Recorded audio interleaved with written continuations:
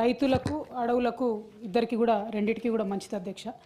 పండేటటువంటి పంటలలో దిగుబడిని పెంచేటటువంటి ఆస్కారం కూడా తేనెటీగలతో ఉంటుంది అధ్యక్ష.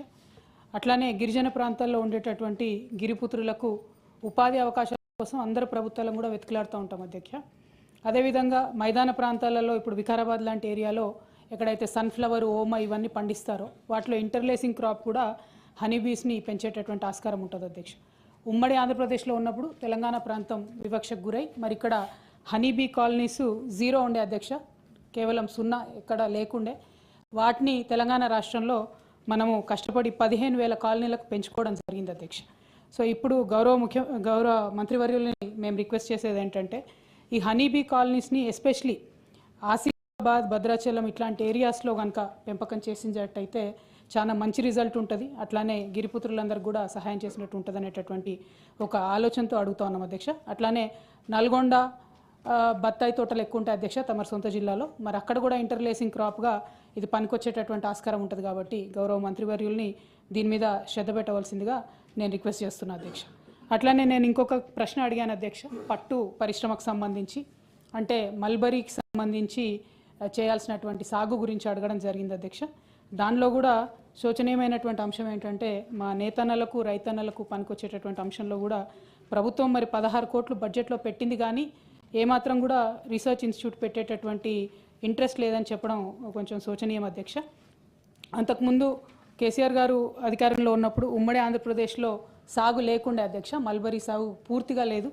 దాన్ని మరి 13,000 ఎకరాలకు పెంచుకోవడం జరిగింది అధ్యక్ష.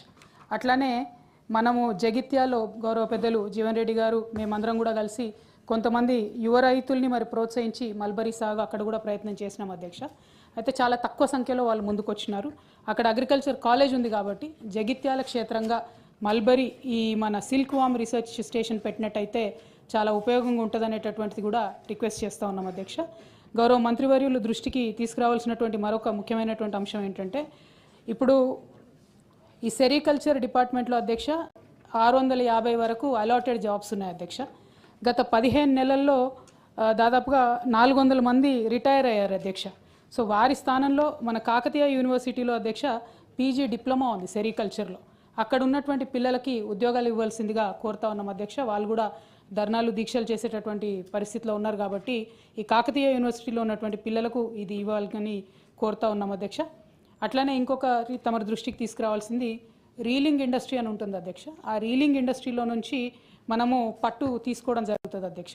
మీ అందరికీ తెలుసు పోచంపల్లి, ఇక్కత్, గద్వాలు, నారాయణపేట వీటన్నిటికీ కూడా మనకు జిఐ ట్యాగ్ ఉంది అధ్యక్ష. ఆ జిఐ ట్యాగ్ ఉన్నటువంటి ఈ చోటంతటి కూడా మనం బెంగళూరు నుంచి మరి పట్టును ఇంపోర్ట్ చేసుకుంటా ఉన్నాం అధ్యక్ష.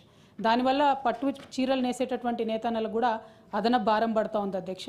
మేము కేసీఆర్ గారి హయాంలో ప్రతి పట్టుగుళ్ళకి 75 రూపాయల చొప్పున వరుసగా డబ్బులు ఇచ్చుకుంటూ వచ్చాం అధ్యక్ష.